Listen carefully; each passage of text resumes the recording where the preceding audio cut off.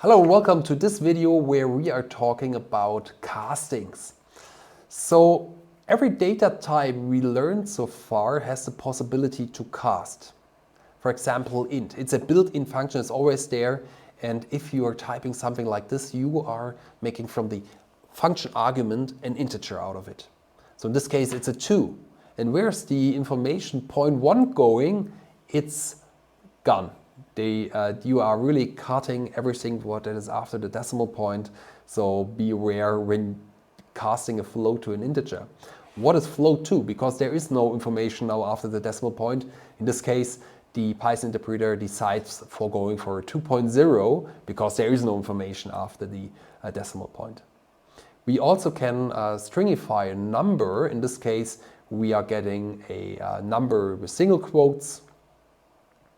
We also can cast a tuple. You can see it by the parentheses that this is a tuple. We can cast this to a list like this. We can also cast a list to a tuple like this. And we can even cast something to a bool. And now you're wondering, is 1 a true or false? It's very easy. If you have something that is 0 or it's empty, in the case of dictionaries and lists or tuples, something can also be empty, right? Just two square brackets with nothing in between would be an empty list. And empty things and zeros are false and the rest is true. So if you have something, it's a true. So why we need casting? In many different situations, you want to have other data type. But it's particularly important for casting. So if you have like your input, as we have seen in the last video, there was returned by the input built-in function a string. And sometimes we want to have this casted to a number. So in this case, we are asking the user for their age, and what is going to be returned as a string. Then we are casting the string to an integer. If you're not providing a integer as a string, that will be an error. And afterwards, as you can see in our print command, what we are getting returned is indeed an integer from the integer casting function. So we can also write all of this in a nested form. So this is the same as this one. So you can simply write int, then parentheses, then input with your prompt that the user sees, and you are good to go.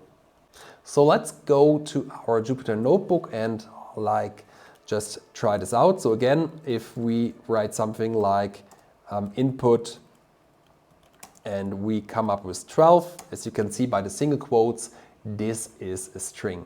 What we actually want to do is having an integer here. So we are just encapsulating this with the built-in function int and then providing 12 here. And as you can see, it's an integer now.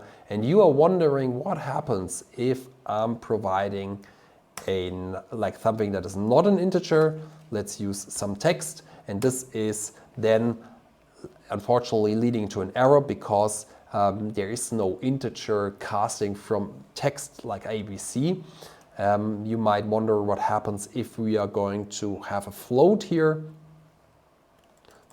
like this.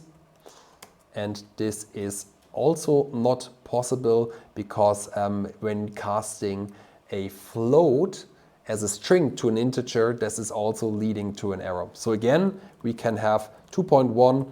This is absolutely fine. It's going from float to integer, but if you're going from a float as a string to integer, this is not possible. So there are many cases where casting works, where it not works. It really is to be tested for the individual cases. So this is also leading to an error.